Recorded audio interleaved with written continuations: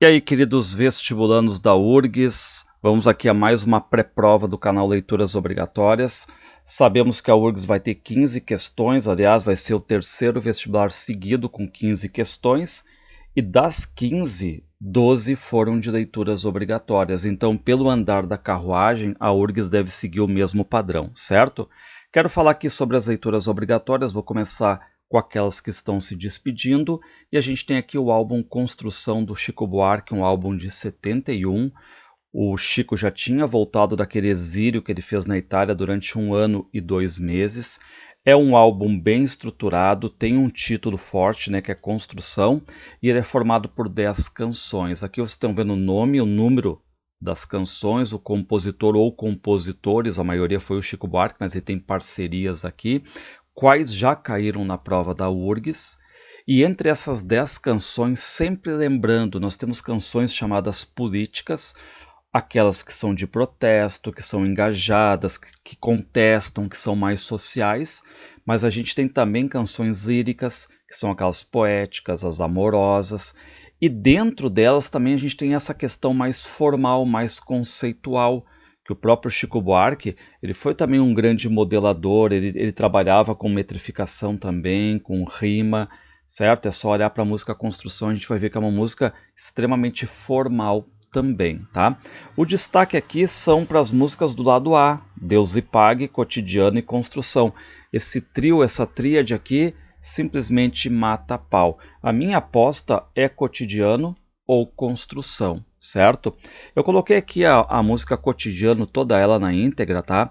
Porque claro que traz a questão da rotina, o título é cotidiano, o título vai ser reforçado por palavras, por expressões como todo dia, igual, pontual, porque nós temos aqui o que se depreende um casal e dá a impressão que a esposa que é o ponto de força dessa relação, porque ela que acorda o marido, beija, espera ele, ela está mais ligada, a gente nota, né, ao mundo privado, está em casa, e o marido é aquele que vai para o trabalho, aquele trabalho duro, acorda às 6 da manhã, volta às 6, ou seja, 12 horas de trabalho, e nesse trabalho ele que é o sujeito cancional, ele pensa todo dia em parar, pensa todo dia em dizer não, mas aí é aquela ideia, né? Se lembra da vida, das obrigações, dos boletos, como se diz hoje, né? E ele acaba se calando com a boca de feijão.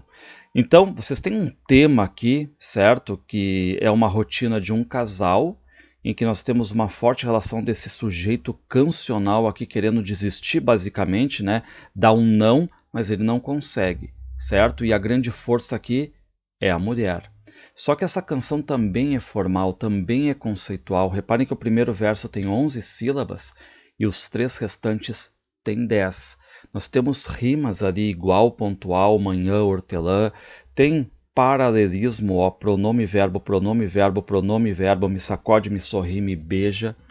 Então é uma linda música e como é canção, faz parte do gênero lírico, é uma canção e essa voz que fala aqui a gente vai chamar então de sujeito cancional e no caso aqui é um sujeito masculino. Aqui, claro, né, eu botei a obra-prima, considerada a segunda maior letra música da história brasileira, A Construção. É uma canção que vai narrar os últimos instantes, digamos assim, da vida de um operário da construção civil.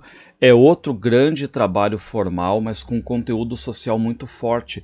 Reparem que a letra aqui ela tem versos de 12 sílabas, os dodecassílabos alexandrinos, e a última palavra sempre é uma proparoxítona. Não está na íntegra aqui, está só a primeira parte da música, porque depois, né, ele vai repetir os versos e vai ficar trocando as proparoxítonas e colocando proparoxítonas novas. Então é genial isso aqui, tá? E aí a minha dica é, ainda dá tempo, pega o Spotify, aí vai ouvir o álbum, pessoal, dá tempo.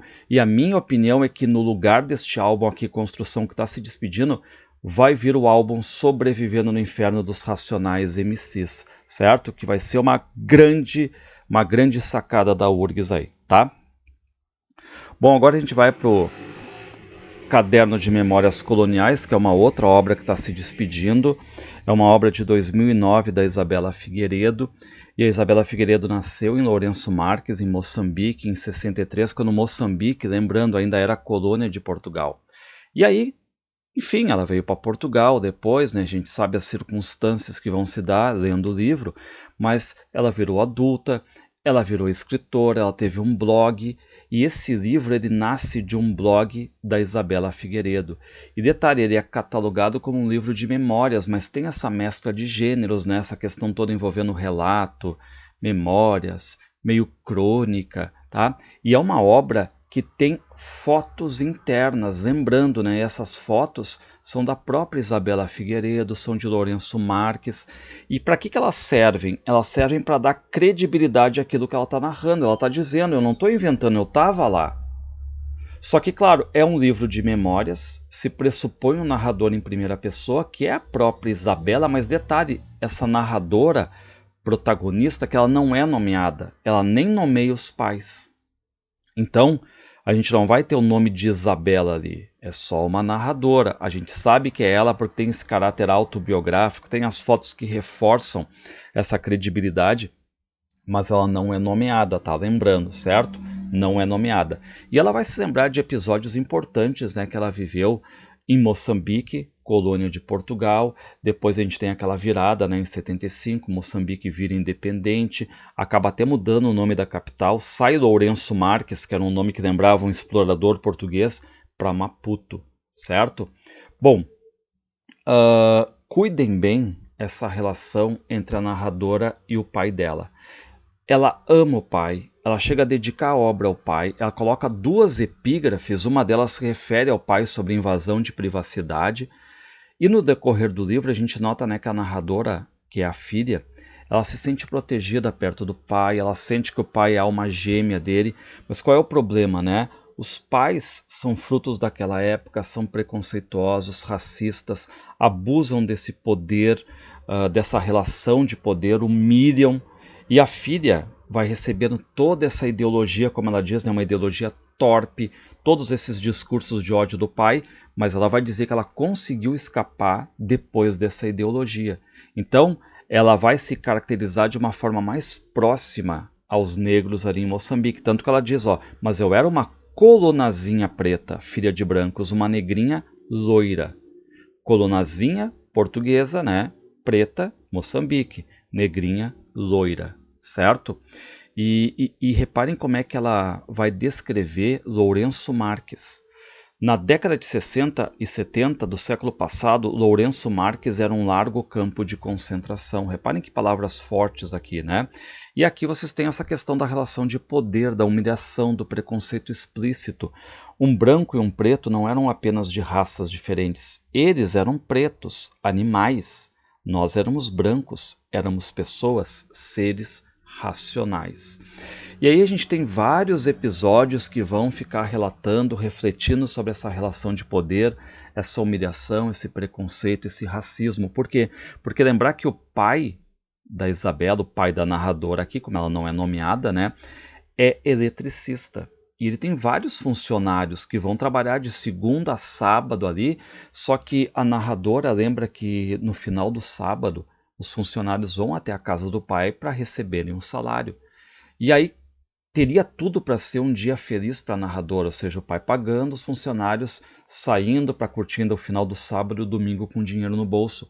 Mas isso não vai acontecer porque o pai paga o salário, mas ele vai descontando quem se atrasou, quem quebrou um fio, estragou alguma coisa. E aí o pai fica extremamente mal com aquilo ali, os funcionários também, aquele clima de tensão. Reparem o que diz a narradora. O meu pai tinha o condão de transformar os finais dourados das tardes de sábado num poço escuro de medo e de raiva, certo? Bom, nós temos aquele episódio também famoso do cinema, e o cinema ali tinha 3 zonas bem definidas, ou seja, os melhores lugares são reservados para os brancos e os negros ficam com os piores lugares.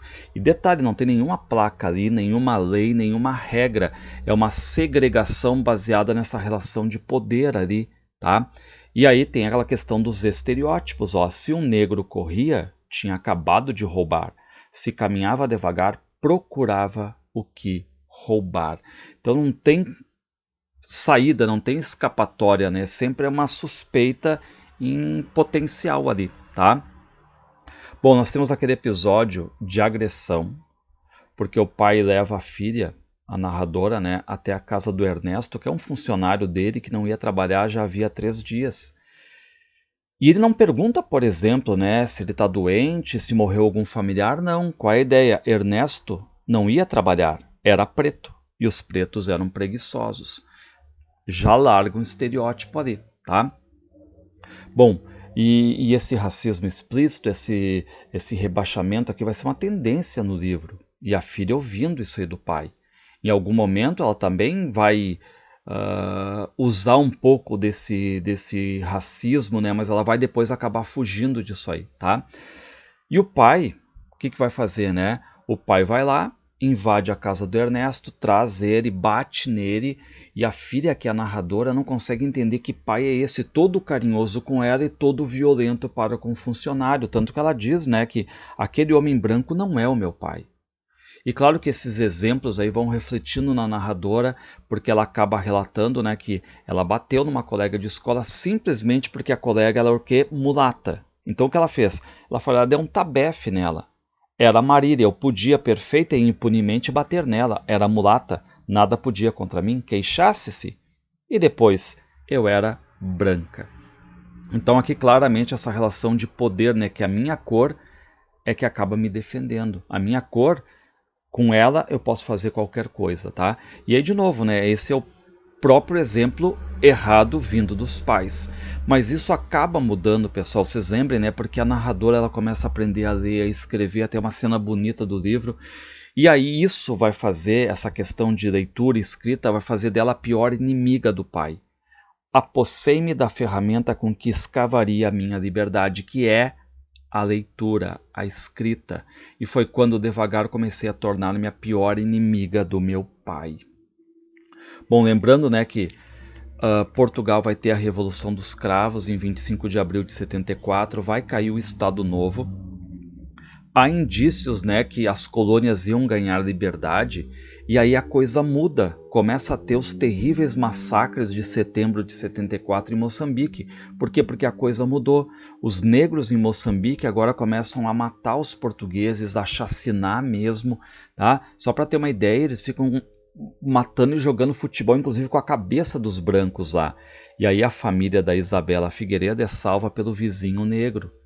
E depois, em 75, a gente sabe, a gente vai ter a independência de Moçambique, chega a se mudar até o nome da capital, não vai mais ser Lourenço Marques, vai ser Maputo.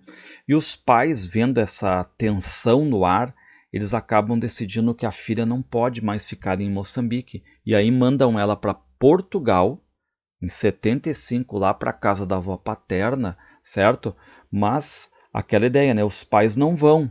Cuidem, né? Os pais não vão, porque segundo a Isabela Figueiredo, a narradora ali, né? Ela vai dizer que os pais nunca amaram outra terra a não ser Moçambique, a questão da África, tá? Porque depois a gente vai ficar sabendo, né? Enfim, o pai vivia uma pobreza em Portugal e saiu e, de certo modo, ele conseguiu se edificar, ser um eletricista. Ele sempre diz que não é rico, mais ou menos de vida, né? Enfim, né? O que ele está dizendo, tá? Bom, mas aí a coisa aperta em 75 e os pais decidem que ela não pode ficar em Moçambique, mandam ela para Portugal, tá? E aí tem aquele detalhe que também vocês vão ter que cuidar, porque a toda hora é uma insistência do pai, o pai dizendo, vai lá, conta a chacina, conta o que os negros estão fazendo com os brancos, conta os assassinatos, vais contar o que nos fizeram, a verdade, vais dizer, é por ti que vão saber, tens de contar, conta a todos, já és uma mulher, não te esqueças de contar a verdade. Só qual é a ideia, né? Nós vamos ter aqui a questão da traição. Por quê? Porque o pai quer que conte uma versão só e não quer que conte a outra versão, e a outra versão a narradora está nos contando, que é uma versão, de certo modo, desmistificadora, que Portugal vai tomar um choque, né, ao ficar sabendo quanto tinha essa segregação, esse racismo, esse preconceito, essa violência, essa relação de poder, tá? E o que diz a narradora? Eu nunca entreguei a mensagem da qual eu fui portadora. e toda a minha verdade é para eles uma traição. Por quê? Porque ela vai trair a memória do pai, porque ela conta uma outra parte da história, aquela que não era contada. Ela conta aquela história que sempre foi silenciada pelos portugueses, né? O que a gente vai chamar de desmistificação, certo? Bom, aqui nós temos outro livro que está se despedindo, que é Deixa o Quarto Como Está, que é um livro de 14 contos do Amilcar Betega, publicado em 2002. E aqui a gente tem que sempre lembrar, né, que os contos eles estão seguindo um caminho, eles têm uma unidade, que é a unidade do fantástico. Ou seja, é a questão do absurdo, daquele não compromisso com o real, que é a questão do insólito. E todo esse absurdo, esse insólito, ele vai se normalizando, ou seja, os personagens vão aceitando toda essa situação, tá? Outro detalhe importante, não são contos regionais, são contos universais, tá? E se vocês olharem ali, eu destaquei o conto 2, o Exílio, né? Destaquei o conto 6, o Crocodilo 1, o conto 7, a Cura, e o conto 8, o Crocodilo 2. É desses que eu quero falar rapidamente e mais alguns ali, né? Lembrando que o Exílio aqui, ele traz um narrador em primeira pessoa que tem uma loja, mas a gente não sabe o que ele vende.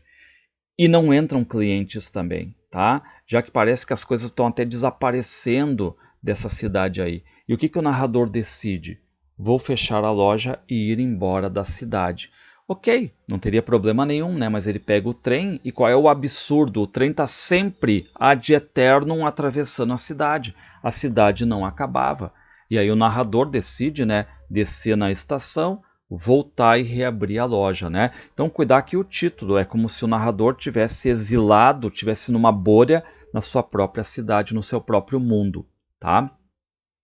Temos o conto Aprendizado, que é narrado em primeira pessoa. Aliás, né, são 11 narrados em primeira pessoa, a grande maioria, e por personagens que basicamente não são nomeados. Mas aqui nós temos um narrador em primeira pessoa que desenvolveu assim uma técnica muito cruel, aquela de chutar animais de rua, principalmente gatos e cachorros. Reparem, né? Acabei desenvolvendo uma técnica interessante de chutar. Um certo prazer assim em ver o sofrimento alheio e tal, que vai lembrar um pouco a Causa Secreta do Machado de Assis, certo? Claro que vocês têm que cuidar os contos, o Crocodilo 1 e o Crocodilo 2. Ainda não caíram. Temos um narrador em primeira pessoa que está num quarto, simplesmente surge, poderia surgir uma barata, seria cabível, né, uma mosca, mas surge um crocodilo, que já está o insólito ali, né, e que depois vai acabar ficando grudado nas costas dele. Quando acordei, ele, o crocodilo, já estava em mim. Acho que é esse o fato, ele veio e ficou em mim. E aí, claro, o narrador vai ser despejado, não tem dinheiro, e na rua ele vai percebendo que muitas pessoas levam nas costas também outros animais, né? Então ele fica nesse sentido aí, tá? Temos o Crocodilo 2, que ele é uma continuação do Crocodilo 1. Nós temos basicamente o mesmo narrador, só que qual é o sinal desse crocodilo? Foi bom ou foi ruim para o narrador? Foi bom.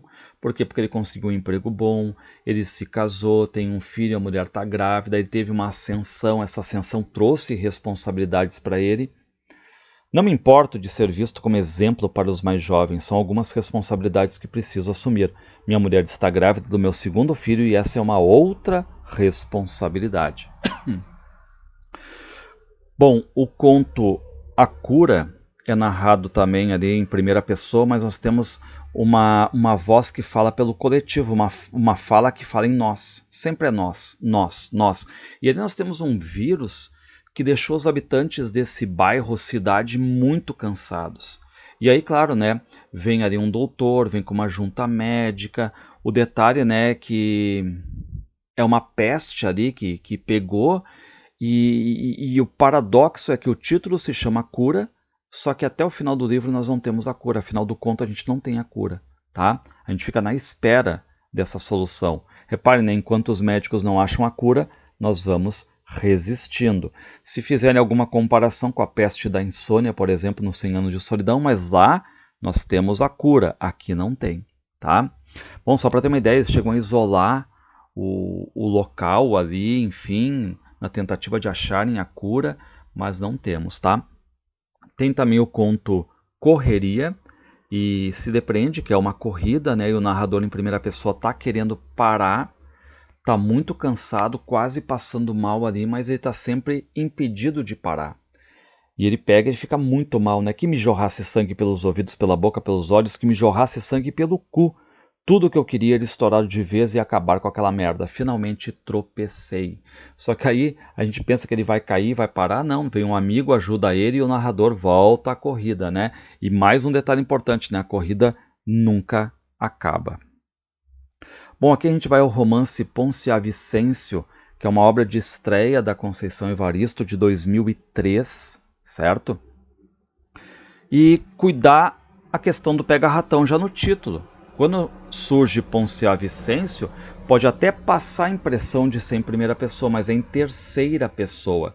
Acaba não seguindo também uma ordem cronológica linear, nós temos aquele vai e vem dos personagens, e a própria Conceição Evaristo explica que a literatura negra é um lugar de memória, tá? Por isso, aquela ideia, né? Se tu quer explicar, por exemplo, por que hoje tem racismo, tem preconceito ainda na nossa sociedade, basta tu voltar 1, 2, 3 gerações que a gente já está pegando a escravidão lá no Brasil no século XIX, certo? Por isso aquela ideia das 3 gerações, porque os avós de Ponciá, lembrando, né, eles chegaram a ser escravos. Os pais da Ponciá não são mais escravos, mas vivem uma situação análoga à de escravo, certo? E os filhos, né, o Luandi e a Ponciá, estão recebendo também, né, humilhações, estereótipos e tudo mais, tá? A gente começa olhando aqui um pouco o vô Vicêncio e a avó Vicêncio, lembrando que o avô de Ponciá era escravo, trabalhava e não via mudança alguma. Ele acaba tendo, de certo modo, uma revolta suicida. Ele vai lá, pega uma foice, mata a própria mulher, tenta matar o próprio filho, que é o pai da Ponciá, que acaba fugindo, né? E aí o vô Vicêncio, depois que matou a própria mulher, ele tenta se matar e se autoflagela. Por quê? Porque ele decepa a própria mão. E por que isso? A gente até entende essa revolta suicida. Reparem, né? A cana, o café, toda a lavoura, o gado, as terras, tudo tinha dono. Os brancos. Os negros eram donos da miséria, da fome, do sofrimento e da revolta suicida. Tá? E depois disso a gente sabe, né, que o avô de Ponciá acaba enlouquecendo, ele começa a chorar e rir ao mesmo tempo, com o bracinho cotoco para trás agora, tá? Aí a gente tem a segunda geração aqui, que é pai de Ponciá, que não tem nome, né, e a Maria Vicêncio. E o pai da Ponciá fica trabalhando lá na roça dos brancos, com o filho dele, o Luandi, quase não voltam para casa. Reparem, filho de ex-escravos, crescera na fazenda levando a mesma vida dos pais. Era pajem do senhor moço. E aqui o pai da Ponciá vive aquela situação análoga à situação de escravo, porque ele vai ser extremamente humilhado pelo filho do coronel. Ele acaba virando um cavalo para o filho do coronel montar, né, esse senhor moço. Esse senhor moço chega até ensinar o pai da Ponciá a escrever alguma coisa, e quando ele vê que o pai da Ponciá está pegando a mãe, diz: ah, não, vou parar por aqui, porque negro aprende mesmo, né? Então vamos parar por aqui. E aquela cena de extrema humilhação que ele acaba urinando na boca do pai da Ponciá, certo? Já a mãe, a Maria Vicêncio, é aquela que está ali junto da filha, a Ponciá. Então fica trabalhando bem o barro. Reparem, a mãe fazia panelas, potes e bichinhos de barro. Como era bom ser mulher, né, na visão exatamente da Ponciá, tanto é que uma das cenas iniciais do livro, lembrando que ela não quer passar por baixo de um arco-íris, de um angorô, porque ela não quer mudar o sexo, não quer virar menino. Por quê? Porque ela olha a mãe como um grande exemplo ali, né, de que coordena a casa, tá? E por fim a gente tem o Luandi e a Ponciá. E a Ponciá aqui a gente sabe, né, é a grande protagonista, ela fica trabalhando o barro com a mãe, ela conheceu o avô só quando ela era menina de colo, e acaba fazendo todo um boneco de barro com um bracinho para trás, o que lembra o avô. E ninguém consegue entender, né, como é que ela conseguiu fazer aquilo ali, porque ela era bebezinha de colo quando o avô morreu. E aí a Ponciá, com 19 anos, né, ela já tinha sido alfabetizada por missionários, sabia ler e escrever, e ela resolve ir para a cidade. E detalhe, a gente não sabe que cidade é. Qual cidade, em que lugar do Brasil, não sei. Mas pode ser qualquer representação de qualquer grande cidade do Brasil, certo? E por que a Ponciá não quer ficar nesse povoado chamado Povoado Vicêncio? porque ela não quer ficar ali repetindo a história dos seus, não quer repetir a história do vô, da avó, do pai e da mãe, certo? Bom, e aí, claro, né, a Ponciá, ela vai acabar indo para a cidade, mas na cidade, né, só tem problemas e tudo mais. Ela até arruma um emprego, até ela compra um quartinho na periferia. Ela vai acabar tendo um homem muito agressivo, certo? Que nem é nomeado também, né? E 7 filhos que todos morrem. Reparem, ó, lembrou-se dos 7 filhos que tivera, todos mortos, tá? Bom, e o que vai acontecer? A Ponciá, ela não gosta do nome dela, por quê? Porque lembrando que o nome dela, ele é um nome, pessoal, que o sobrenome, principalmente, né, Vicêncio, não vem de algo identitário da família propriamente, é do dono, do Coronel Branco.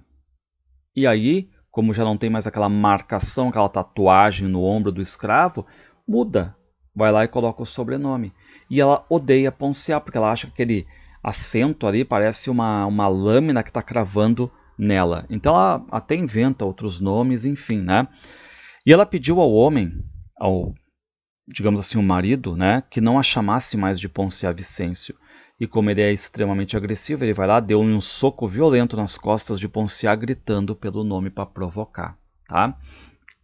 Bom, o que vai acontecer é que a Ponciá, ela tem uma época que ela acaba voltando para o povoado para procurar a mãe, procurar o irmão, não acha eles. Então ela acaba pegando, né, o homem barro que ela tinha esquecido na primeira ida para a cidade, volta para a cidade, só que ela vem totalmente estranha, vem diferente. Lembrando que ela começa a ter uma coceira entre os dedos das mãos, começa a cheirar, tem cheiro de barro, ela começa a andar em círculos, começa a chorar e rir igual ao avô. Dera de andar em círculos dentro do pequeno espaço do barraco. Falava muito sozinha, a hora chorava, a hora ria. Pedia barro, queria voltar ao rio.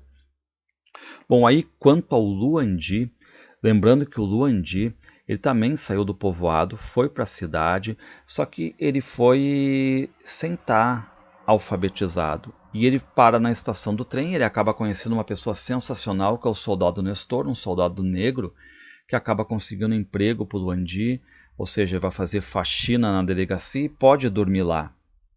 E o Nestor vai alfabetizando o Luandi, e o Luandi, a partir de agora, ele tem essa fixação que ele quer ser soldado também. E aí o Luandi um dia volta para o povoado também para procurar a mãe, irmã, não acha, volta para a cidade, e quando ele volta para a cidade ele conhece uma mulher que trabalha na prostituição, que é a Belisa, que está sendo explorada ali pela dona da casa de prostituição e pelo cafetão, pelo gigolô, que é chamado de Negro Climério, tá? E esse Negro Climério, ele acaba matando a Belisa e entendam, né? Ele vê a Belisa já fazendo planos para ficar com Luandi, e esse Negro Climério, o que ele pensa, né? É uma fonte de renda que eu vou perder, então não vai ficar para mim, não vai ficar para ele também. Ele mata a Belisa. E o pior de tudo é na delegacia, quando o delegado ele tenta ajudar o Luandi, mas ele só caga pela boca, né? Por quê? Porque ele dispara palavras preconceituosas sobre o crime desse Negro Climério. O que o delegado diz para o Luandi? Luandi, não leva mal o Negro Climério, mas quase todo negro era vagabundo, baderneiro, ladrão e com propensão ao crime. Reparem que é uma coisa muito próxima que a gente tem lá no caderno de memórias coloniais, certo? Bom, aqui tem uma cena que eu acho sempre linda do livro, tá? Que é aquela cena, pessoal, que teve um assalto numa exposição popular de arte e o soldado Nestor convida o Luandi para ir junto ali, para, enfim, né, ver o que está acontecendo. E está exposto lá o trabalho tanto da mãe do Luandi, a Maria Vicêncio, quanto da irmã Ponciá. Nós temos ali o trabalho delas com autoria, com nome. Reparem, autores Maria Vicêncio e Ponciá Vicêncio. Região de onde veio o trabalho, né? A arte, Vila Vicêncio. Quem é que é o proprietário dessa Vila Vicêncio? Dr. Aristeu Penaforte Soares Vicêncio. Então tem o lado positivo de uma arte nomeada, mas o lado negativo também, né? Porque esse proprietário não tem nada a ver com a família da Ponciá, mas o sobrenome está ali brilhando, né?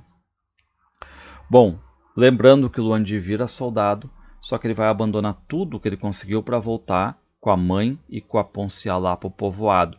E claro, né, que o final ele vai ser um final extremamente poético, bem simbólico.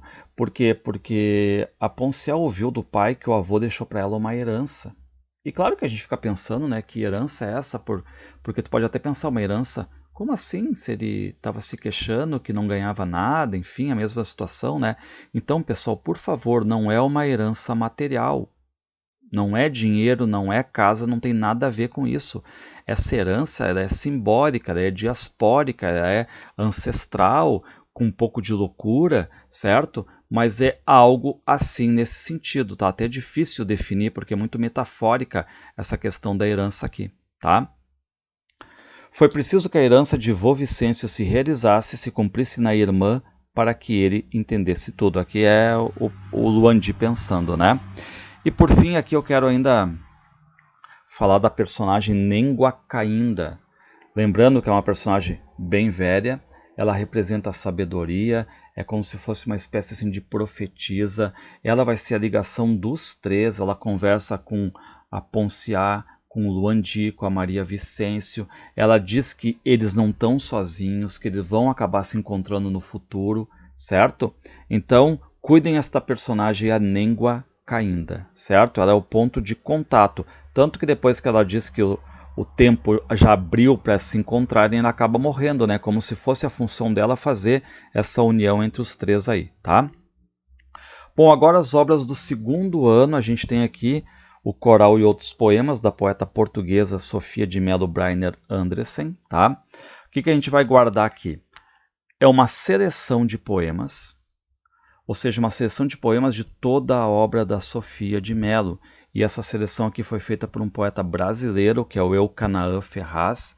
É um livro que vai ter mais de 200 poemas, e eles vêm de 14 livros da autora, só que ainda tem poemas que são inéditos, esparsos, mais as artes poéticas, né, que são 5 artes poéticas, textos em prosa poética, que ela explica da sua maneira, de forma metalinguística, o que é a poesia dela.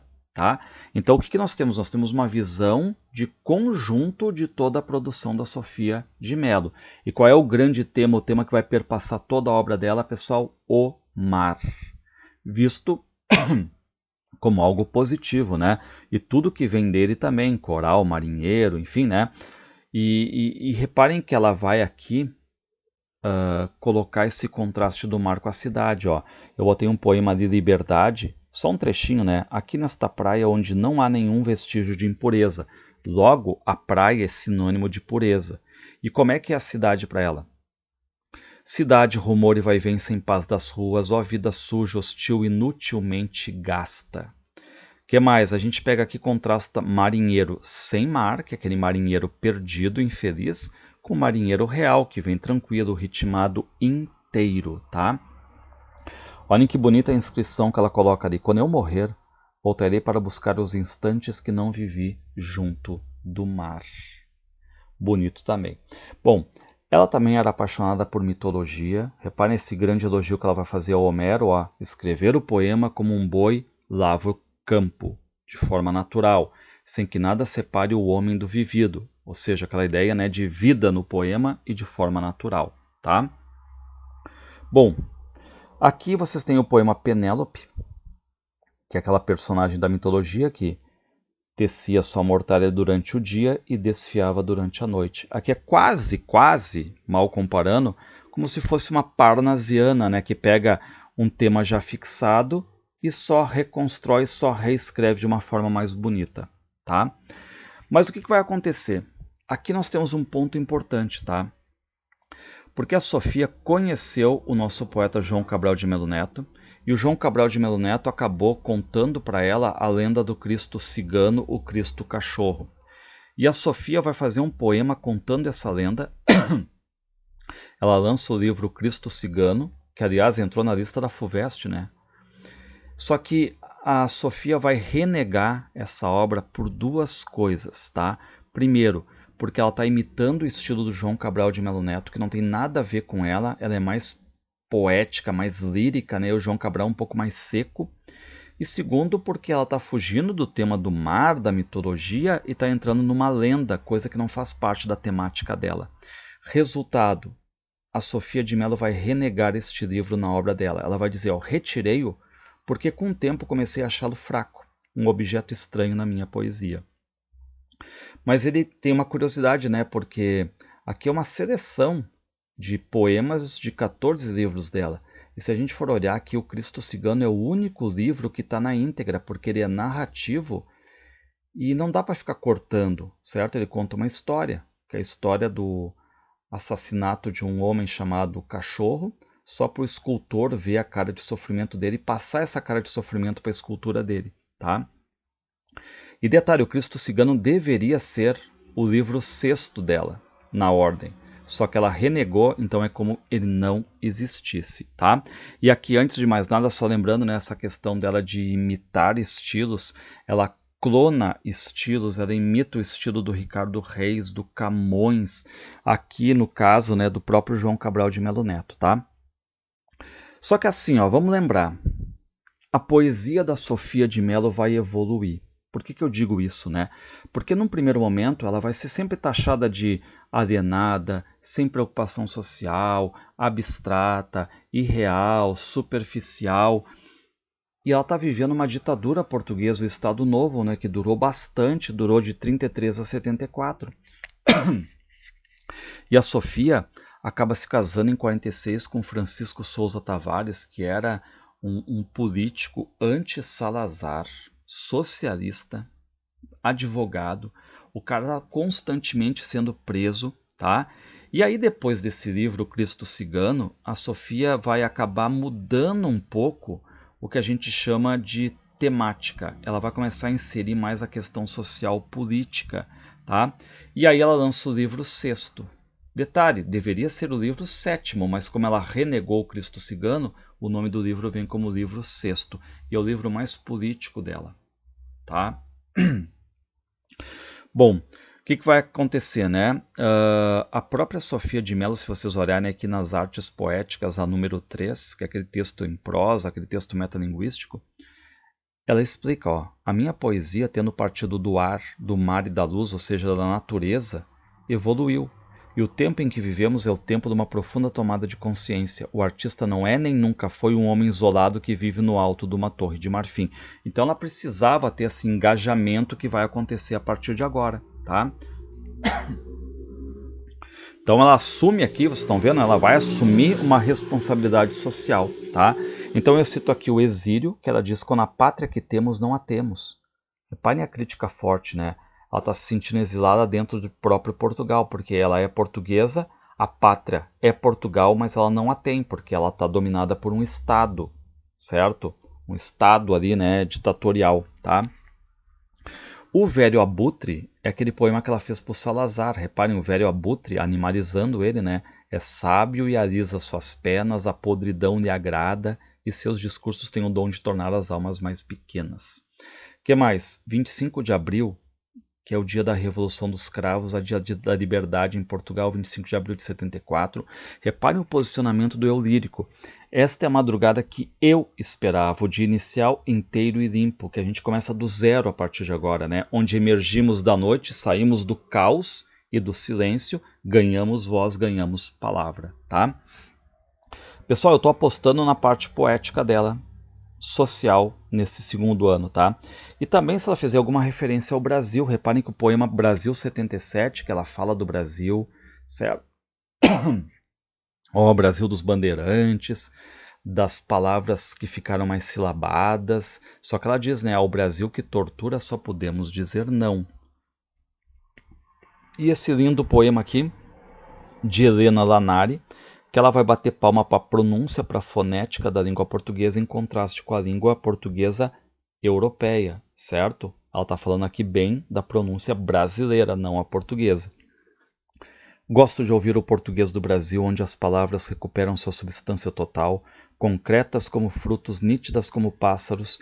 Gosto de ouvir a palavra com suas sílabas todas, sem sequer perder um quinto de vogal.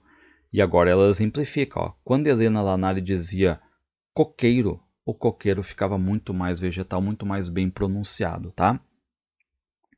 Bom, a gente vai aqui agora ao romance A Falência, da Júlia Lopes de Almeida, de 1902. E é narrado em terceira pessoa, tem 25 capítulos numerados, é um romance da fase real naturalista.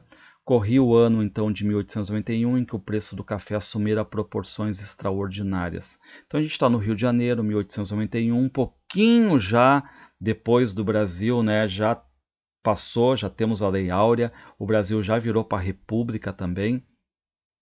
E nós temos um personagem que é o Francisco Teodoro, um português. Ele chegou pobre aqui ao Brasil, ele veio de Portugal e ele quis enriquecer a meio assim a moda João Romão, mais chique, né? Mas aquela questão toda de perder a juventude, a mocidade só pela deusa da fortuna, tá? Não pudera ser menino, não soubera ser moço, dera-se toda a deusa da fortuna. Muito bem, ele monta lá uma casa de café, de exportação, vai ganhando bem, se casou com a Camila, tem 4 filhos, né? Lembrando as gêmeas Lee e Raquel, a adolescente Ruth e o Mário, que tem 19, que é o mais velho, tá? Mas se a gente for lembrar, a Camila é muito bonita ali. Só que a Camila tá traindo o Francisco Teodoro com um doutor que vai ali, né? O doutor Gervásio, que é o médico de confiança da família. E a gente tem também o Capitão Rino, que é aquele capitão que meio lobo do mar, não gosta muito de conviver com a sociedade, né? Mas ele é apaixonado pela Camila. Então reparem qual é a situação da Camila, né? Ela é casada, tem uma... é louco por ela. Certo? Então aqui a falência não é só uma falência financeira, mas é uma falência moral também, tá? Financeira, porque a gente sabe que o Francisco Teodoro, ele não gosta de se meter em investimentos, é aquele cara que acha que as coisas devem ser tudo feitas com vagar, com calma, com tranquilidade, tudo se faz pelo suor, pelo trabalho, mas vai vir um personagem que é um diabinho ali, que a gente sabe, né, que é o Inocêncio Braga, um especulador, que fica especulando, especulando, botando pilha nele, olha porque tu não especula, os ingleses é que sabem enriquecer, olha o teu vizinho do lado, do Gama Torres, já enriqueceu e tu não vai fazer nada, né? E aí ele tenta, até que o Francisco Teodoro investe e se dá mal, ele vai à falência, tá? Lembrando, ele perde tudo, né? Ele perde a casa de comércio do café e perde o palacete dele em Botafogo, tá? 15 dias mais tarde anunciava-se o fim de tudo. A grande casa Teodoro teve de declarar falência. E quando o Teodoro perde tudo, o que ele faz? Recomeça a vida do zero? Claro que não, ele vai cometer um suicídio, tá? Ó, tirou da gaveta o seu revólver e apressou o tiro, tá? Bom, lembrar, né, que o Dr. Gervásio, ele tá ali de amante da Camila. E ele passa aquela impressão de que ele é um cara solteiro. Mas aí quando a Camila vai lá para ficar com ele agora, né, já que ela tá viúva, enfim, a gente fica sabendo que ele era casado, que ele se separou, a mulher dele acabou traindo ele e ainda para castigar ele não quis dar separação, porque naquela época, lembrando, né, naquela época não existe a lei do divórcio, então se não der o divórcio de ambas as partes, tu fica preso à pessoa e tu pode até ter teus relacionamentos, mas nunca oficiais, nunca pelo direito, né? Então isso impede um relacionamento sério com a Camila, tá? E aqui nós temos, né, um trecho muito importante, pessoal, que é uma discussão sobre a emancipação da mulher. O Francisco Teodoro estão no barco lá do Capitão Rino. O Francisco Teodoro é daquela opinião que a mulher tem que ser mãe, tem que cuidar da casa, tem que ser fiel ao marido. Reparem, né?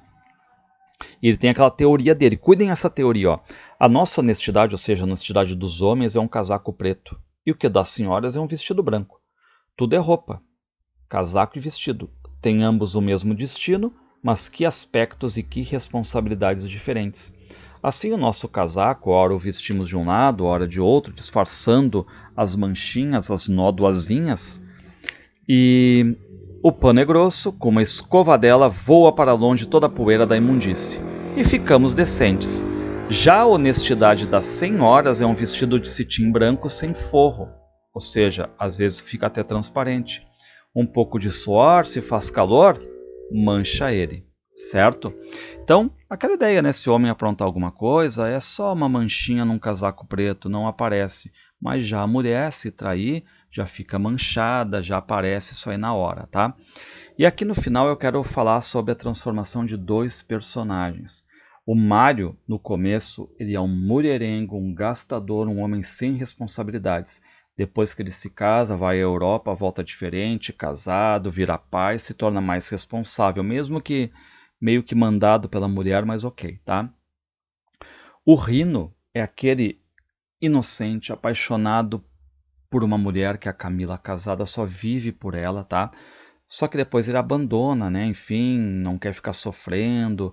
E a gente fica sabendo que ele foi para o Pará, depois 2 anos nos Estados Unidos. E como é que ele volta? Ele volta experimentado, esperto, sem ter interesse algum na Camila, certo? Só uma pausa para água aqui.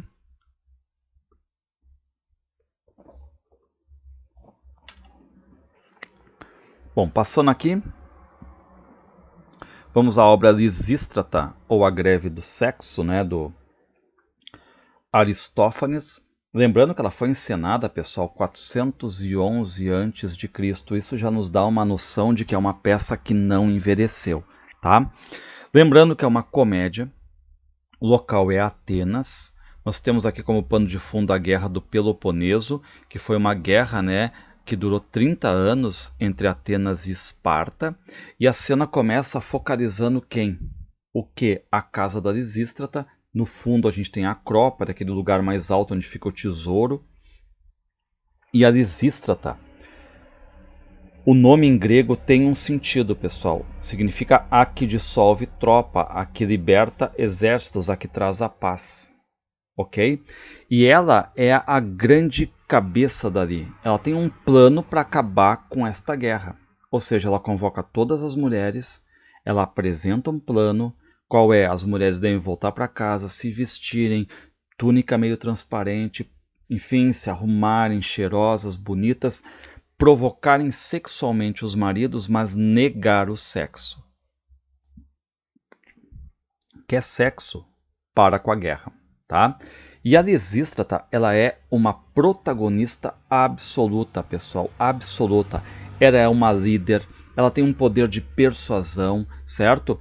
E lá em Esparta tem uma mulher que lembra muito ela, com poucas falas, menos falas, né? Mas é uma espécie de duplo dela. Também representa essa parte um tanto mais séria da obra, né? Que é a Lampito. E a parte dedicada ao humor são aquelas personagens ali, a Mirrina e a Cleonice, tá? E claro que vocês vão ter que cuidar esses duplos sentidos a todo momento nas obras, porque esses duplos sentidos, pessoal, com as palavras, eles dão humor, fazem aquilo que é o gênero aqui, né? É teatro, mas é comédia, tá? Reparem, o que diz a Lisístrata? Mulheres, se vocês fizerem o que eu digo, e como eu digo, nenhum guerreiro mais levantará sua lança. Sua lança, pessoal, tá? Sentido denotativo, arma de guerra.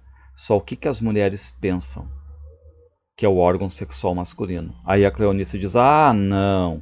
E a Lisístrata, reparem a rubrica, olhar de simpática censura.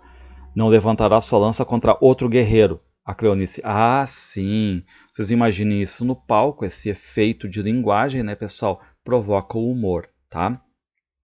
Bom, fazem o juramento, as mulheres estão unidas agora com a Lisístrata, certo? As mulheres mais velhas tomam a Acrópole, o plano tá dando certo, tá? E aqui a gente tem uma fala muito forte da Lisístrata, reparem. Nunca vi uma paz completa em toda a minha vida. Vimos suportando normalmente a tremenda estupidez das ações humanas, masculinas. As regras patriarcais impõem que a mulher não deve abrir a boca. Bom, e aqui a gente tem a cena mais engraçada do livro, que é o plano em ação, é a prática, que é a chegada do Cinésias, que é o marido da Mirrina. E ele está extremamente excitado, ele quer que a Mirrina volte para casa, mas ele quer mesmo é sexo, certo? E aí a Mirrina diz, né, mas olha só, nosso filho está aqui junto, como é que a gente vai transar? Daí vem um escravo junto, né, diz, não, já está indo embora, tá? E aí ele é aquele cara que diz, meu Deus do céu, Mirrina como tá bonita, parece que tá mais jovem, né? E aí o que diz a Lisístrata pra Mirrina, né? Ó, é hora do plano. Provoca, mas não tenha sexo, certo? E aí, claro, né, a Mirrina diz que, tá, então vamos transar aqui mesmo, né? Só que, o que ela faz, ó? Ah, não, mas deitar no chão não, a gente precisa de uma esteira. Mirrina voltando com uma esteira. Pronto, uma esteira. te deita, meu marido, que eu vou tirar minha roupa. Vira para lá. Aí ela diz, o travesseiro. Aí o Sinésias, o marido, não quero não preciso, detesto o travesseiro, né? A Mirrina, mas eu quero. E já volto já. Aí o Sinésias, ó Deus, ela pensa que meu membro é de ferro. Aí a Mirrina volta com o travesseiro, mas ela diz, não tem cobertor. E o Sinésias, mas não precisa, essa mulher vai me matar de tamanho tesão, eu vou explodir de tesão. Ela vem com o cobertor, e aí o que diz a Mirrina? Antes de dormir comigo, trata de votar primeiro pela paz, está bem? Então aqui, pessoal, né, cuidar que este plano, este pacto aqui que as mulheres fazem com a Lisístrata, tem mulher que está tentando desertar, então a Lisístrata é uma líder, uma protagonista em tudo, ela está juntando tudo, unindo tudo, e o plano dá certo, né? Nós vamos ter no final a paz, certo? É gênero dramático, não tem narrador, pessoal, não tem narrador, tá? Bom, aqui é uma comédia que a gente sabe, né, atemporal, assuntos que até hoje contemporâneos, guerra, sexo, política, machismo, democracia. É uma obra em que as mulheres são as protagonistas. É uma primeira grande obra pacifista da história. Bom, a gente vai agora para o livro de contos do Machado de Assis, ou Várias Histórias, de 1896. Tem 16 contos. E o que eu quero que vocês cuidem, tá? Aqueles 4, eu acho que tem grande potencial para cair, que é a Cartomante, a Causa Secreta, o Enfermeiro e Conto de Escola. E só conto maravilhoso, pessoal, tá? Lembrando que a Cartomante é narrada em terceira pessoa. Nós temos ali um triângulo amoroso, né? A Rita é casada com Vilela e tem o amante que é o Camilo. E a Rita trai o marido, vira amante do Camilo, só que o Camilo, que é o traidor, ele recebe uma carta anônima, que lhe chamava imoral e pérfido, e dizia que a aventura era sabida de todas. E aí, claro, ele fica com medo, para de frequentar a casa da Rita.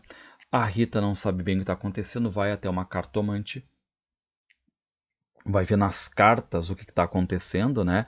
E a cartomante tranquiliza ela, tá? Só que quando ela fala pro Camilo que ela visitou uma cartomante, o Camilo ri, censura ela, folga, abusa.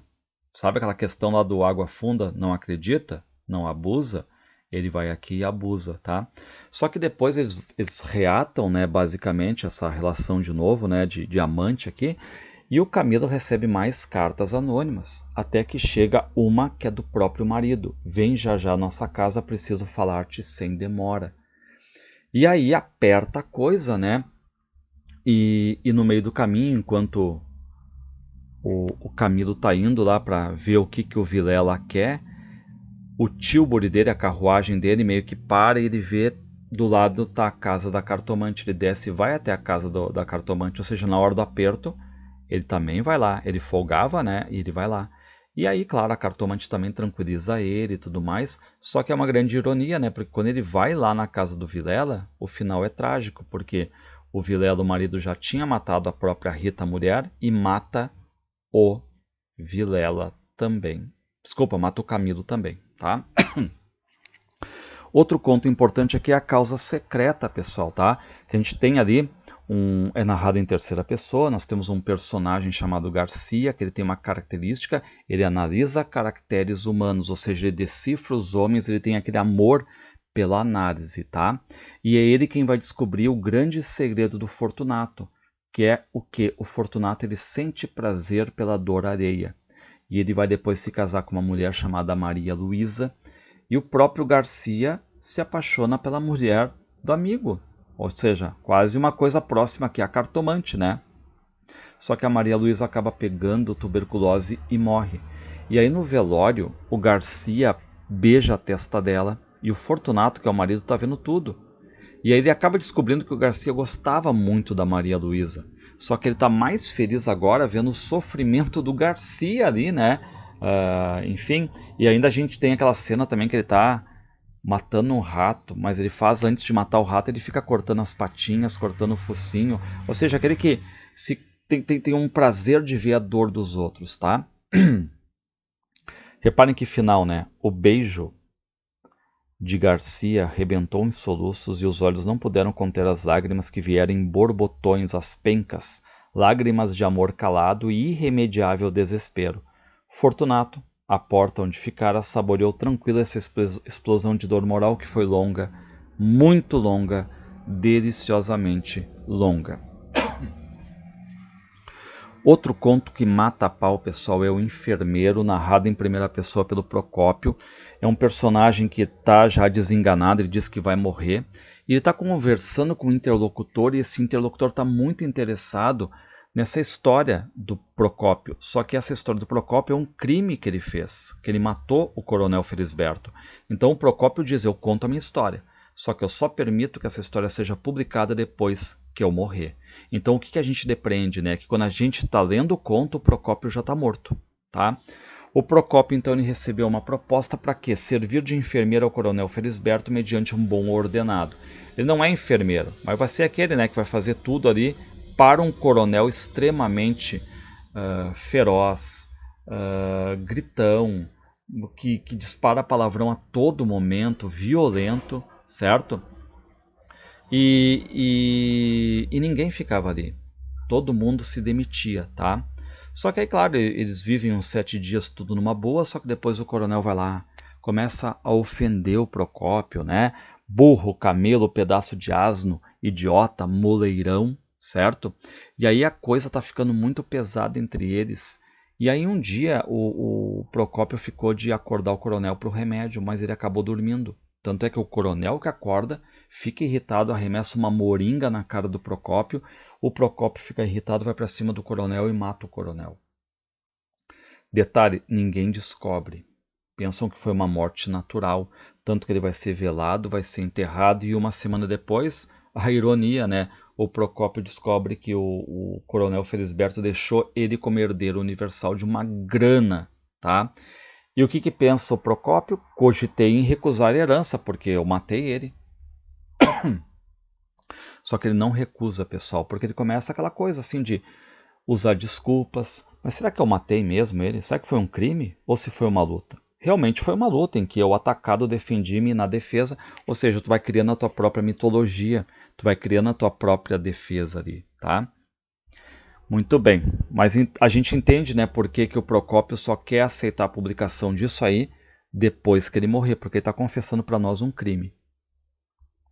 Aqui a gente tem o conto de escola, narrado em primeira pessoa pelo Pilar.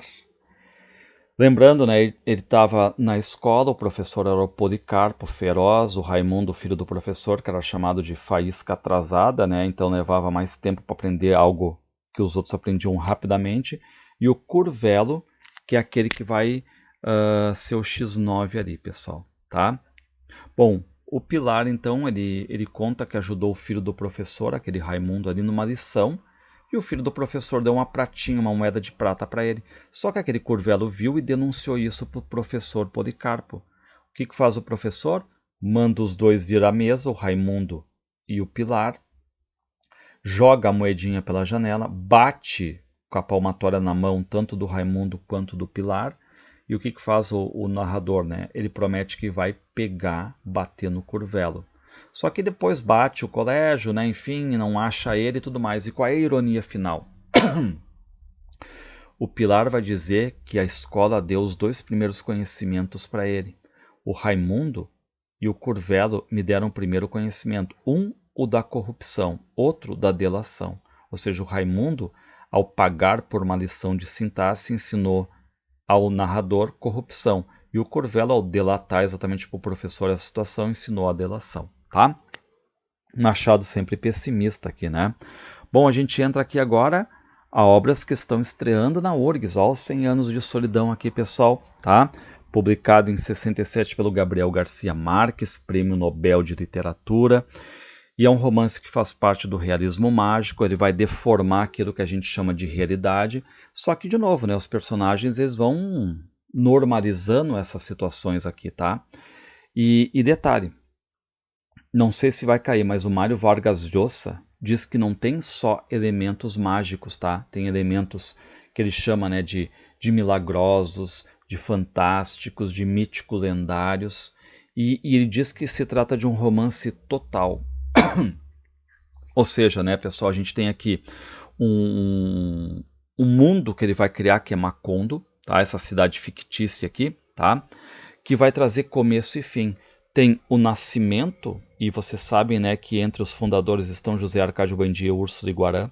O desenvolvimento vai ter cemitério, o primeiro enterro é do Melquíades, vai ter a rua de comércio dos turcos, o bordel do Catarino, os animaizinhos de caramelo da Úrsula, que mais? Vai ter igreja.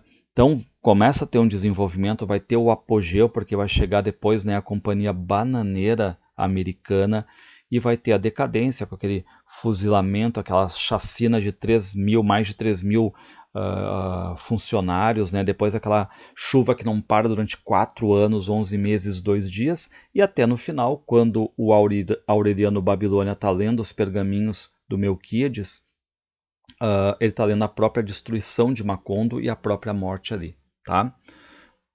O que mais? É um romance que a gente pode dizer também que é plural, porque ele é tradicional e moderno, ele é localista e universal, imaginário e realista, certo? Bom, o que vai acontecer? A gente tem aqui, ó, muitos anos depois, diante do pelotão de fuzilamento, o coronel Aureliano Buendia havia de recordar aquela tarde remota em que seu pai o levou para conhecer o gelo. Pessoal, cuidem, nós temos um narrador em terceira pessoa que ele domina totalmente a trajetória cronológica, ele domina presente, passado e futuro, tá? E aqui o episódio, ele basicamente ele começa por onde ele termina. É o que o Mário Vargas Llosa chama de capítulo que morde o próprio rabo, tá? E aí a gente tem, né, enfim, essa questão toda aí de Macondo, né? O destaque para o Melquíades, o grande benfeitor de Macondo, tá? É ele que vai colocar no papel essa questão toda, né, da história dos Buendia nos pergaminhos, com 100 anos de antecipação, ele é uma espécie de profeta ali, tá? O que mais? Nós temos aquela ideia de uma repetição, não só dos nomes, pessoal, mas de mesmas situações, dentro daquela questão toda do mito do eterno retorno, né? E eu separei algumas cenas aqui que falam sobre esse círculo vicioso, ó. É como se o tempo desse volta sobre si mesmo e tivéssemos voltado ao princípio. Úrsula confirmou sua impressão de que o tempo estava dando voltas num círculo vicioso. Descobriu que cada membro da família repetia todos os dias sem notar os mesmos percursos, os mesmos atos e que quase repetia as mesmas palavras às mesmas horas.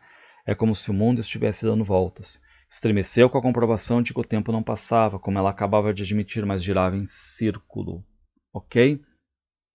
Então vocês têm aí, tá? Bom, outra coisa, né? Alguns personagens ressuscitam, como Prudêncio Aguilar, o Melquíades, o José Arcádio Buendia, a bisavó da Fernanda. E aqui a gente tem o último momento, que é exatamente quando o Aureliano Babilônia está decifrando e lendo o momento final dele próprio, o momento final de Macondo. Ó. Aureliano Babilônia já tinha compreendido que não sairia nunca daquele quarto, pois estava previsto que a cidade dos espelhos seria arrasada pelo vento e desterrada da memória dos homens no instante em que Aureliano Babilônia acabasse de decifrar os pergaminhos. Muito bem. Bom, e o que eu quero marcar aqui, né? Eu quero marcar também, tá? Que nós temos alguns personagens importantes, ó. O José Arcádio Buendia, a questão, né, de ser força, imaginação, empreendedor, mas principalmente a morte dele que cai em chuva de flores amarelas. A Úrsula Iguarã, aquela mulher ativa centenária que morre com 115 ou 122 anos, fazia os animaizinhos de caramelo, a casa sempre aberta, sempre hospitaleira.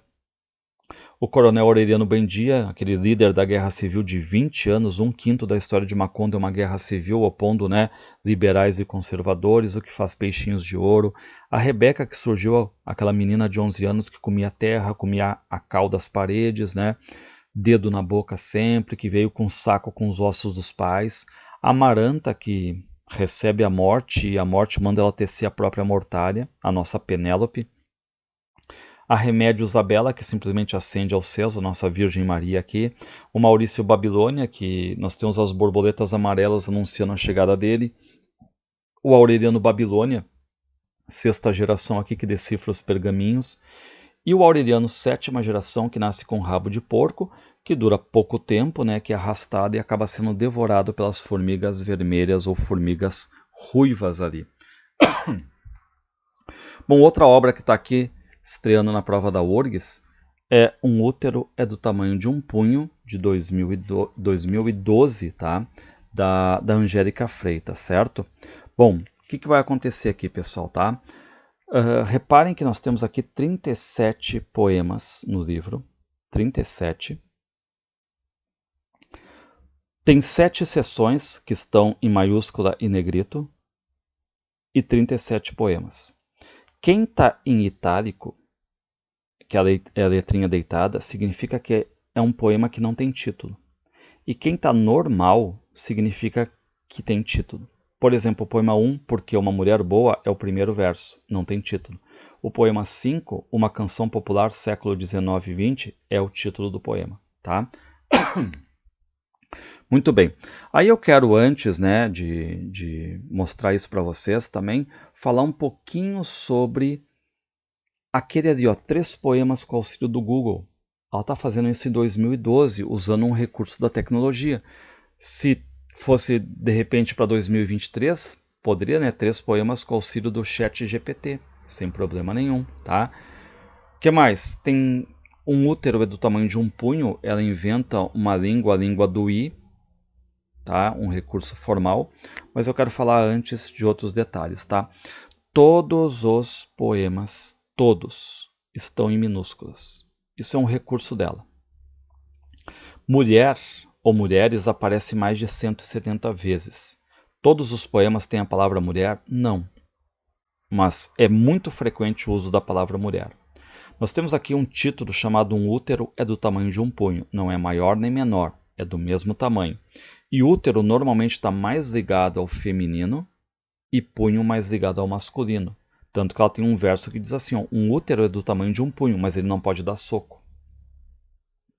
Só que hoje, né, passados alguns anos, a gente sabe que o punho fechado também, né, está sendo muito usado nessa saudação antifascista. A gente teve aqui no Rio Grande do Sul, Tyson, por exemplo, né, até o ano passado ele usava muito essa questão, que não era isso usado, por exemplo, muito lá em 2012, tá?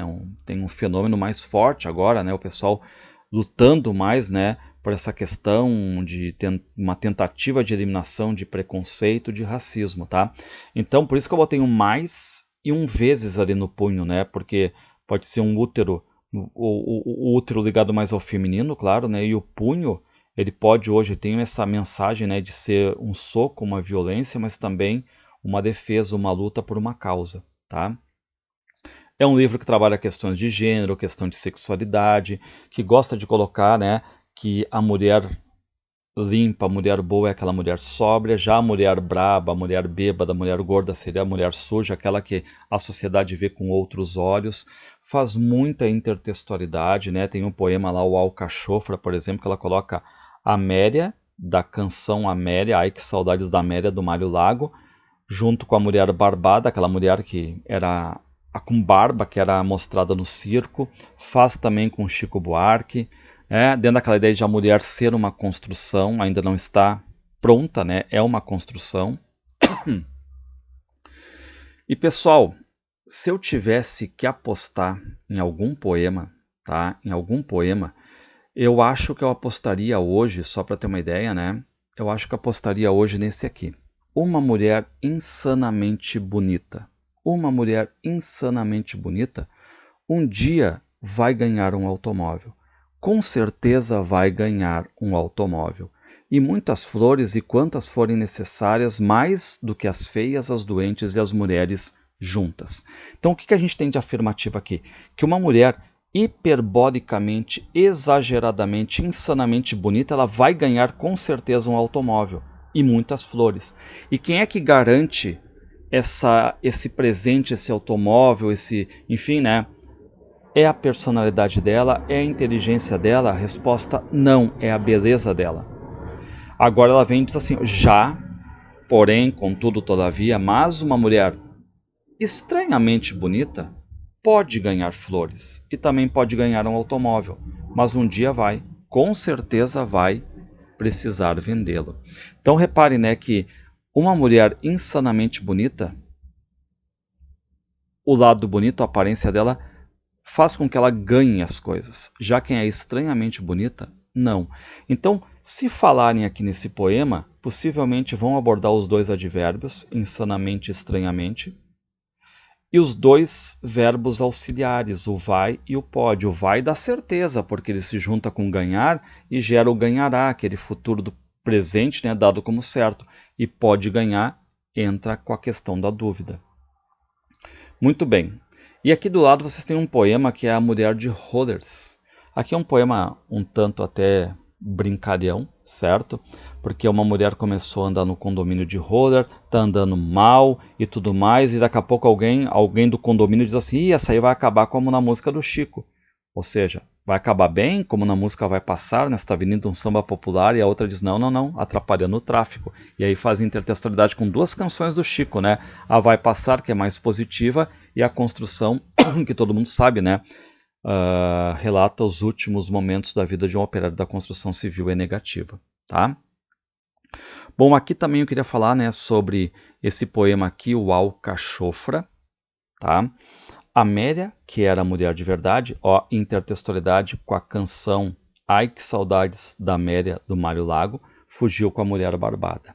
Muito bem. O que mais? A gente tem aqui também, né, um pedacinho, eu não botei inteiro, porque ele é um poema um tanto mais longo, tá? Esse poema A Mulher é uma Construção.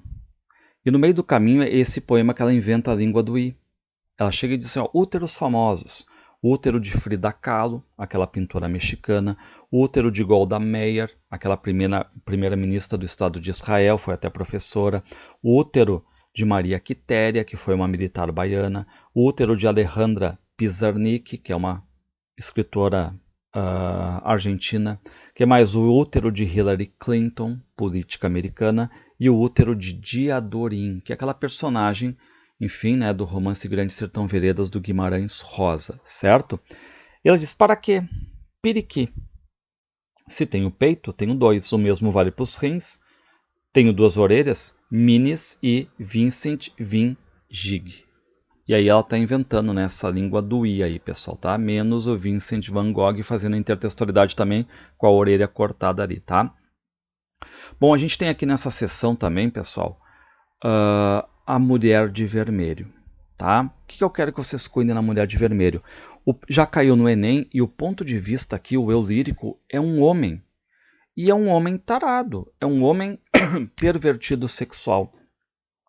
Porque o que ele diz, ó, o que será que essa mulher de vermelho quer? Alguma coisa ela quer para ter posto esse vestido.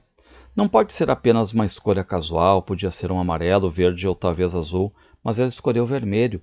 Ela sabe o que ela quer e ela escolheu o vestido, e ela é uma mulher. Então, com base nesses fatos, eu já posso afirmar que conheço o seu desejo. Reparem, tu tem aqui um eu lírico masculino, basicamente um pervertido sexual que diz, é uma mulher, ela está vindo com um vestido, e o vestido que ela colocou é vermelho. Logo, eu já posso, juntando esses dados, afirmar, faz intertextualidade também, né, com Sherlock Holmes, não? Elementar, meu caro Watson. O que ela quer?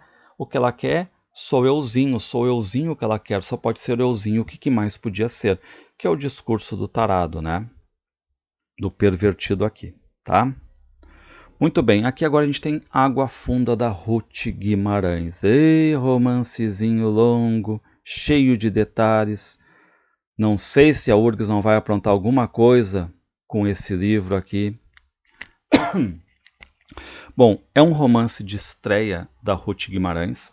A Ruth Guimarães, reparem ali, pessoal, todo mundo ligado às letras, ó. Professora, crítica literária, jornalista, tradutora e principalmente folclorista. E quais as credenciais dela? Quais são as credenciais? Ela mesma dizia mulher, negra, pobre e caipira. Eis as minhas credenciais. Algo que chama atenção, né? Ser mulher na literatura, ser negra, ser pobre, ser caipira. Claro que chama atenção, né? O romance aqui tem 15 capítulos numerados e a gente tem um narrador, pessoal, que vocês vão ter que cuidar, tá? É um narrador que a gente não sabe o gênero dele, se é masculino ou feminino. A gente não sabe o nome e a gente não sabe a idade. Mas ele aparenta ser um morador ali do local e um daqueles típicos contadores de causos, contadores de histórias, Ele está narrando para um interlocutor silencioso que ele chama de moço, tá? Lembra muito, mas muito mesmo, a estrutura dos contos gauchescos do Simões Lopes Neto. Só que detalhe, no Simões Lopes Neto a gente tem gênero, que é masculino, nome, que é Blau Nunes, e idade 88 anos. Aqui a gente não tem, tá? E possivelmente a Ruth Guimarães, por ser folclorista, tenha lido os contos gauchescos que saíam como folclore regional, tá? Muito bem. Bom, então, esse narrador viu algumas coisas, soube de outras também. O que ele diz? Ó, Deus que não me castigue, se não é verdade que eu não vi. Soube por boca do povo. Então ele reconstrói muito, né, ouvindo as coisas, vendo algumas outras, tá? E ele tenta recuperar também o que ele vai narrar, dando espaço, colaboração para outros personagens que vão inserir a fala, né? Por exemplo, o seu Pedro Gomes, o Joca. E a história aqui tem dois grandes momentos, um momento mais presente, tipo final dos anos 1920, quase anos 30, pelo que se depreende, né? E nós temos uma personagem chamada Choquinha, com uns quase 90 anos ali, né, meio abobada, como diz o texto, pedindo esmola a todo momento. Só que para contar a história dessa Choquinha mais jovem, que se chama Maria Carolina, ele tem que recuar 50 anos. Então são dois momentos, tá? Um pegando ainda escravidão, finalzinho da escravidão, essa transição, e o outro pegando ali o finalzinho dos anos 20, certo? Então a diferença de 50 anos, esse salto temporal, tá? Faz bem 50 anos que a companhia ficou com a fazenda. Nesse espaço de tempo, meu Deus, quanta mudança, tá? E o que tem? Esse narrador, ele tá basicamente sendo um guia turístico para esse moço. Ele tá levando ele na casa grande, conversando com ele, mostrando tudo. Reparem, né? Olha o uso do verbo no imperativo ali. Desça a escada e olhe, certo? E o próprio Antônio Cândido, que foi um crítico literário dos melhores, né? Ele diz que o texto aqui parece uma conversa fiada, uma prosa fiada, né? Porque tem muito desse vocabulário caipira. Reparem aqui, ó. Uai, Messê já está de saída? A mó que meu coração não pede que Messê vá, tá? Bom, e aí também essa questão de ser um texto assim meio colcha de retalhos, tá? Porque o livro tem muito enredo, ele vai pegar a história da Maria Carolina no tempo da escravidão ainda. Ela se casou, teve uma filha, enfim, né? Mas a vida dela depois entra numa decadência porque o marido acaba morrendo, a filha foge com o filho do capataz dela, né? E aí a Maria Carolina, ela acaba tendo um novo relacionamento, mas ela toma um golpe. O cara, que depois vem para ser o capataz dela, o tal de moço do limoeiro, faz ela vender a fazenda e foge com o dinheiro dela. E aí ela fica tão mal com isso, porque ela tinha brigado com todo mundo da família, sem dinheiro, agora sem fazenda. O que ela faz, né?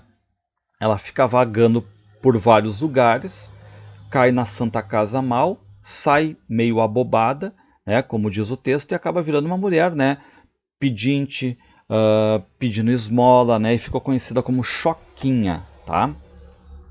A gente também tem a história do Joca, que essa é no momento presente, né? Ele se casou com a Curiango, eles vão ter uma filha, só que ele abandonou a mulher e a filha para ir atrás da Mãe de Ouro, que é uma lenda brasileira, certo? E o que é a Mãe de Ouro? É aquela estrela, pessoal, tá? Que muda de lugar. E que no interior chamam de Mãe de Ouro. Só que o Joca, ele abusou, o Joca ironizou. Reparem que está tendo uma estrela que está mudando de lugar e alguém diz assim, olha a Mãe de Ouro lá. E o que o Joca diz? Mãe de Ouro, mãe de bosta, com perdão da má palavra. Aqui dá uma estrela que mudou de lugar. E o que eles dizem? Pô, não fala bosta, né? Se tu não acredita, não abusa. Não acredita? Não mexe com quem acredite, né? Com quem acredita.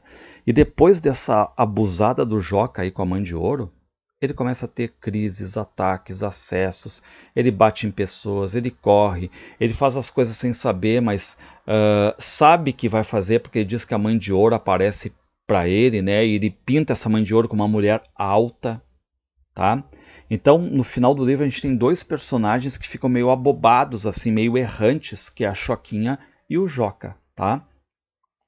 Pessoal, eu quero falar de um grande tema do livro, que é o trabalho análogo à escravidão. Surge um homem ali que está recrutando trabalhadores para o sertão.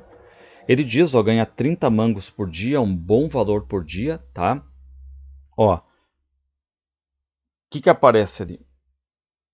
Ó, ajuntava caboclo em volta dele com os olhos acesos de cobiça, tá? Então o que vai acontecer? Nesse meio tempo, o pessoal fica perguntando, pá, a gente recebe 30 contos? Recebe, mas é limpo? É, mais ou menos, né? Tem uns descontos aqui, uns descontos ali. Mas só para ter uma ideia, né? Todo mundo fica ali com aqueles olhos de cobiça, tá? Só que é um trabalho que só vai se dar daqui a uns 20 dias. Só que nesse meio tempo surge o personagem Mané Pão Doce. E o Mané Pão Doce chama todo mundo e avisa, pessoal, não caiam nessa cilada, não caiam, tá? Eu fui para um lugar assim e as promessas sempre falcatrua. Por quê? Porque eu tive que fugir de lá. Ele diz ao Mané Pão Doce, aquilo lá não é vida, é morte. É até pior do que a morte. Lá tem mosquito, febre, calor, isso nem se conto, né? Tu vai tentar tomar uma água, o patrão tá em cima te pressionando, ó, vai trabalhar, tu tem contrato assinado comigo, ou vai pra prisão, tá? Pagam em vales. Os vales só podem ser trocados nos mercados dos próprios e todo o produto é hipervalorizado. E aí o que aconteceu? O Mané Pão Doce, ele diz que fugiu. Na verdade, né, ele tentou fazer um acordo, sair de lá. Só que quando dizem para ele que ele tá, ao invés de ele pensar que ele vai receber uma grana, ele tá devendo 2 meses. Então reparem, né, tu tá pagando para trabalhar. Ele acaba fugindo. E agora que ele fugiu, ele tá alertando todo mundo ali, não caiam nesse golpe. E o pessoal fica tão revoltado que vão atrás desse homem que estava recrutando trabalhadores. E o que fizeram? Bateram nele, empurraram, arrastaram, amarraram o coitado numa corda como animal e foram arrastando. Foi jogado no banheiro cheio de remédio de matar carrapato, corpo todo lanhado, queimado, tá? Só que esse homem aí, o que ele vai fazer?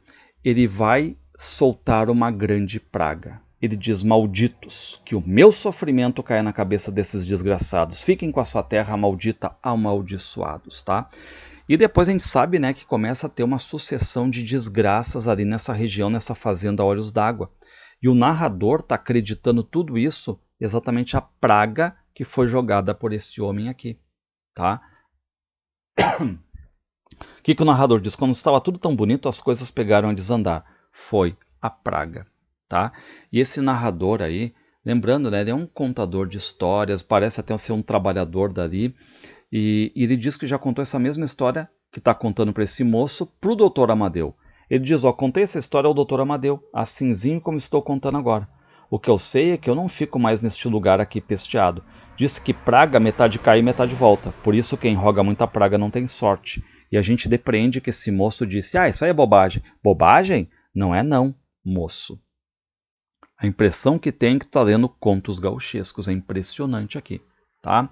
Bom, e aí a preocupação do narrador é que aconteça alguma coisa com ele, porque a praga tá pegando, né, até em quem não tem nada a ver com a história, como foi a Curiango. Tá? E cuidar, né? É um livro que é um romance regionalista que traz essa ideia de praga, de mal-olhado, de feitiço, de mandinga, tá? Bom, a gente chega aqui agora, a obra também última, né, que está estreando aqui, A Terra dos Mil Povos, do Cacauerá Jecopé. Lembrando, né, que o Cacauerá Jecopé é escritor, ambientalista, conferencista indígena, teve 2 edições, a primeira é essa aqui à esquerda, de 98, e essa aqui do lado é de 2020, tá? Tem diferença entre elas, já vou falar daqui a pouco, tá? O que o Cacauerá falou em 2004? Resolvi escrever sobre os índios, pois não existe nada sobre a cultura indígena escrita por eles mesmos. Ou seja, o Cacá não se sente representado.